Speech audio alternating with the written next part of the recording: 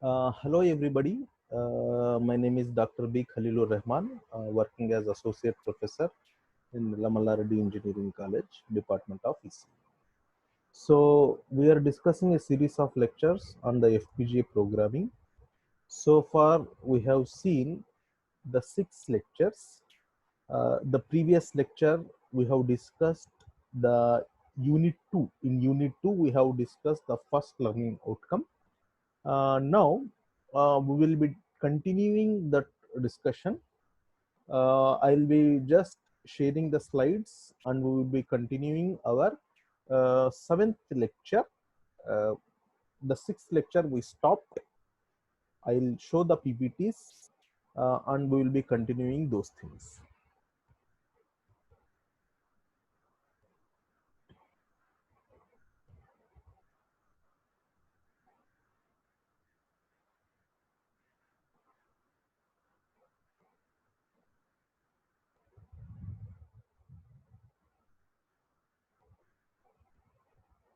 Yes.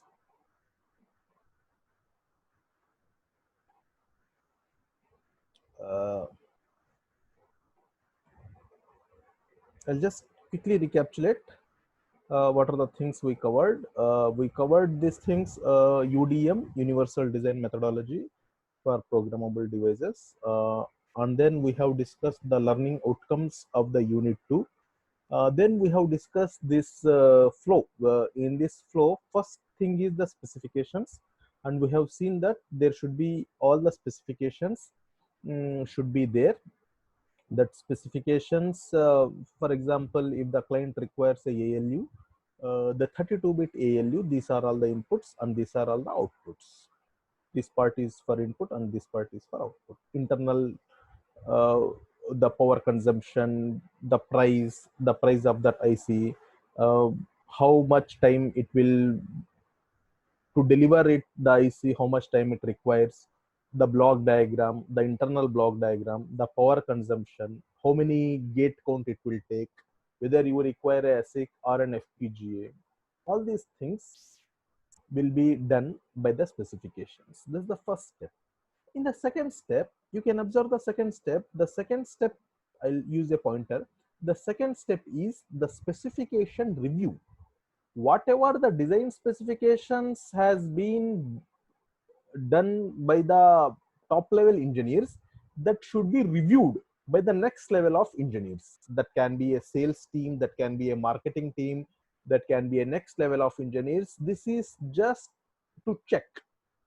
Each and every step in this design methodology is important. Why? Because to fabricate one integrated circuit, for example, it costs around 1 crore, and to fabricate 1 crore of ICs also, it requires the cost of 1 crore. So all these steps are very crucial for fabricating any integrated circuit. So whatever the first part has been done by the design specifications, that should be reviewed. That should be reviewed by different teams. A sales team will review the different teams will review, the different engineers again will review. Then comes the next part, that is the choose technology and tools. I hope you are able to see this one. Choose technology and tools. Here, this part is done by the top level engineers. Again, this part is done by the second top level engineers. They will review. Next comes the part of the junior level engineers. They will choose the technology. Which technology they will adopt? If they are familiar with a VHDL, they can choose a VHDL. If they are familiar with a Verilog, they can choose a Verilog. If they are familiar with a system Verilog, they can choose a system Verilog. Tool, choose technology. Technology means different HDLs are there. Why? Because if we are talking about a programmable logic devices, in and around the hardware description languages, either a Verilog or a VHDL, that is a technology. Tool, which tool we have to use? What is the requirement of the client? Whether we have to go for a Xilinx, whether we have to go for a Xilinx FPGAs or else we have to go for a Altera FPGAs. This is the tool. Whether we have to do for the Altera or else we have to do for the Xilinx. If we are using a Xilinx, then we have to definitely use the Xilinx FPGAs. If you are using the Altera, then we have to use the Altera FPGAs. Okay, Xilinx comes with a Spartan series of FPGA boards, Z series of FPGA boards, Vertex are there, Kintex are there, Ortix are there. These all comes under the Xilinx FPGA. Then if I talk about Altera, Altera's FPGAs, they require a Quartus. They require a Quartus FPGAs.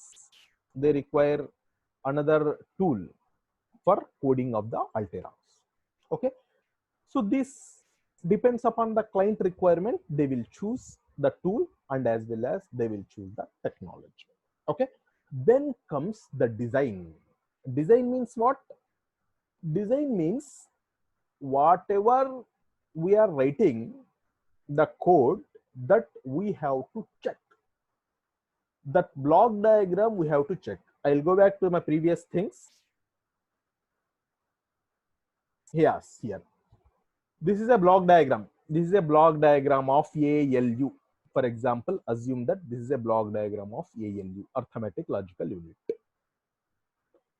This, after choosing a technology and after choosing a tool, we have to check the detailed block diagram, whether we are satisfying with the block diagram or not. We should get how many inputs are there, how many outputs are there. What are my inputs? What are my outputs? Is there any clock pulse? If it is a sequential logic circuits, there should be a clock pulse. If it is a combinational logic circuits, the output is depending on the present output is depending on the present input. For a combinational logic circuits, we don't require a clock pulse. Okay, so this comes under the design.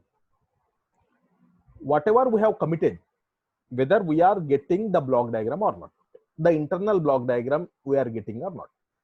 See, this entire thing is a iterative process. Specification a top level engineers will do, then comes a review. If there is any mistake during the review, it will again go back. That is modified here in the right specifications. If any minor mistakes are there, why? Because a human can do the mistakes. If in a block diagram or a power consumption, if at all any mistake is there, it will go to right specifications. After that, again it will review. After that review, after the first two steps are completed, it will go for the technology and tool. After these three steps are completed, then they will go for the designing part. Then they will go for this part, that is the designing part. In the designing part, I want this ALU. For example, if I didn't get this ALU, if this part is missing, then again this will go back to technology. This will go back to tool. This will go back to technology. Again, the coding, they will work. Unless and until they are satisfied, it is completely an iterative process. First step, second step, third step, fourth step. If you are not satisfied with ALU, if the block diagram is not getting, then again we have to go back. Again we have to write a VHDL or a Verilog code to get this block diagram. Okay. After getting this block diagram, the next level is the simulation. Simulation means the checking its verification, whether whatever the logic we have written, for example for the ALU, that logic is coming correctly or not, the truth table is satisfying or not. In a simulation, we will be having a functional simulation. We can check the functionality of a logic, and a timing simulation. We can check the timing. The timing simulation is used to check the delays, whether whatever the input we are changing, we are getting the output or not. Remember that all these steps are a iterative process.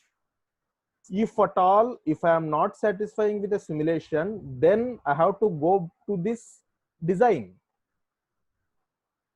If I am not satisfying with the design, I have to go with this technology. Which technology I am using? If I am not satisfying with this technology, I will go back to this review team. What review you have done? I already told you that so much of money is involved in it. So carefully one should use all these steps. So for these steps, we are calling a universal design methodology. All the manufacturer uses this technique. Okay. So we have seen up to the simulation. Now we will quickly see these parts by using a Xilinx software. We will use a Xilinx tool. This tool, we will be using a Xilinx tool. I'm readily having the Xilinx tool, and we will see this part, coding part, and then we will see design part, and we will see the simulation part.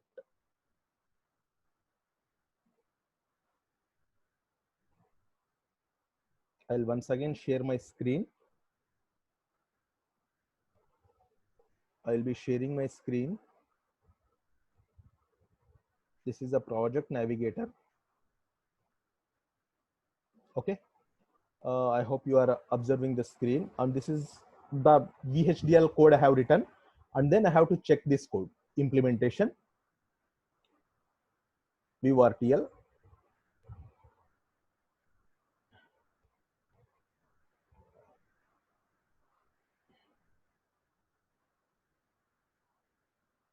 See, this is the block diagram.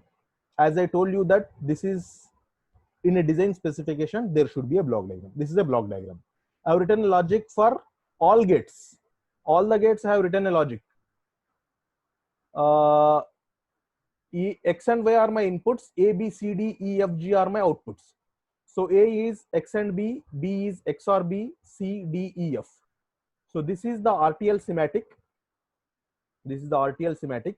If I click this one, then X and Y are my inputs. This is AND gate, this is OR gate. Internal block diagram. This is an inverter. Okay.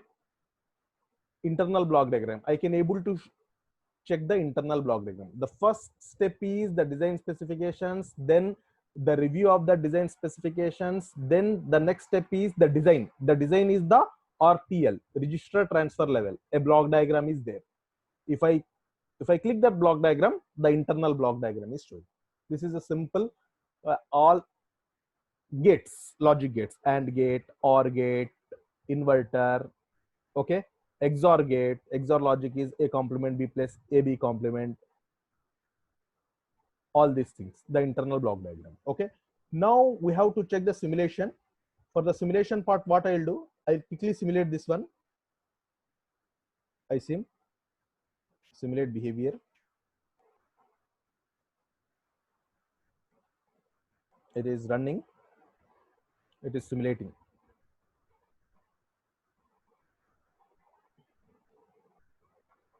It is simulating. I am using a Xilinx software.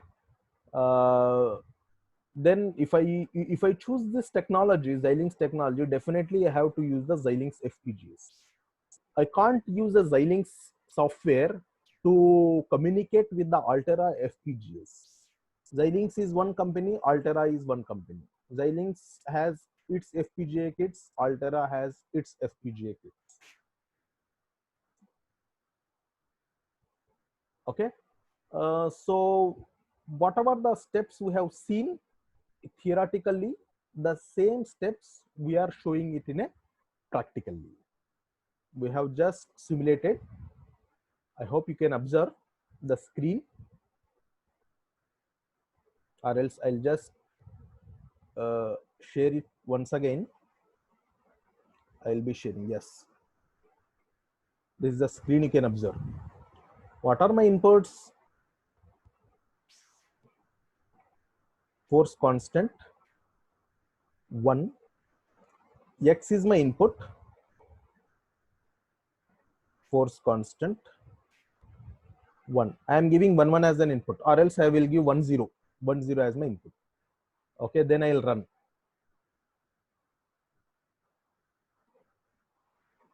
I'll run this one. When I run this one, what I am getting? I am getting the output. As soon as when I run, I have to minimize it.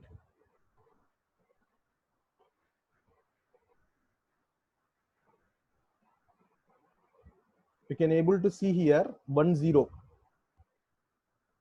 0 1 0 1 0 1 0. This is the timing simulation. You can able to see the timing diagram here. Okay.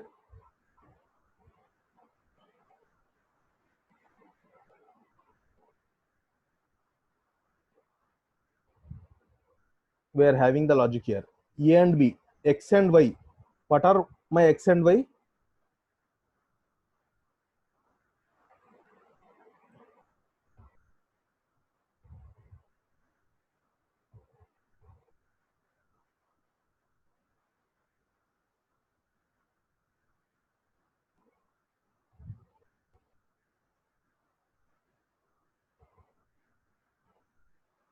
See, A is X and Y.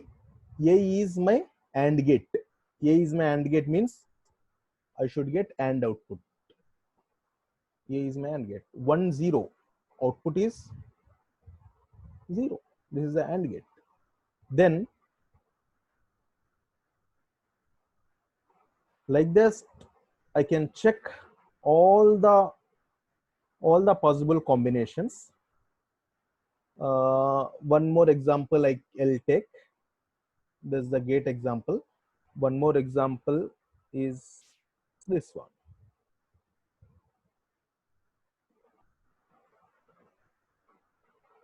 This is one more example. Yes. What I have taken A is a 4-bit number. I have given the value 10, and B is also a 4-bit number. I have given a value 10. This is a 4-bit parallel adder simulation with carry out. So 10 plus 10 output is 20. 10 plus 10 output is 20. I have taken a carry out. Carry out is 1. This is a 4-bit. 4 bits 0 0. 10 plus 10 output is 20. This is a decimal value. This is a binary value. 2 power 0, 2 power 1, 2 power 2. 2 power 2 is 4. 4. Okay. Then 1. 1 is there. So 2 power 0, 2 power 1, 2 power 2, 2 power 3, and 2 power 4. 2 power 4 is 16. 16 plus 4. 16 plus 4 is 20. I am getting the output as 20. So simulation, all the possible combinations, if I am writing here A3 down to 0, B3 down to 0, all the possible combinations 0 0 0 0 for A, 1 1 1 1 for A, means 0 to 15 for A, 0 to 15 for B. All these possible combinations it will check. All the possible combinations it will check. I have just taken one example. Like this, all it will check. That is the simulation. Okay. If you are satisfied with the simulation, then we have to move to the next step. That is the synthesis. Remember, it is the iterative process. Each and every process is most important. First is specifications. Next is review of the specifications. Next is choosing the technology and tool. Next is a simulation. After that, design. Next is the simulation. Design is the RTL, register transfer level. The block diagram is there. The internal block diagram is there. Then comes the simulation. One more simulation we can see, the square root. For example, we are taking a 8-bit number.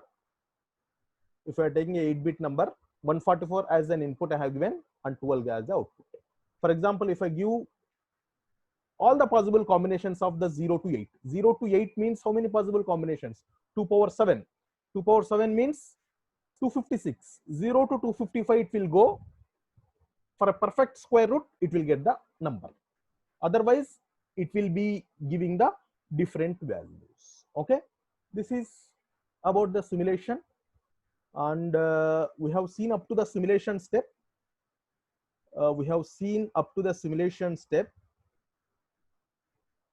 up to these steps we have discussed. In the next lecture, up to these steps, design specifications, review, technology, design, simulation. In the next step, we will discuss the remaining steps. Okay. I hope you have enjoyed this lecture, the learning outcome 2 of the unit 2. In the next lecture, we will discuss the remaining steps. The entire second chapter is in and around the design methodology. Thank you very much.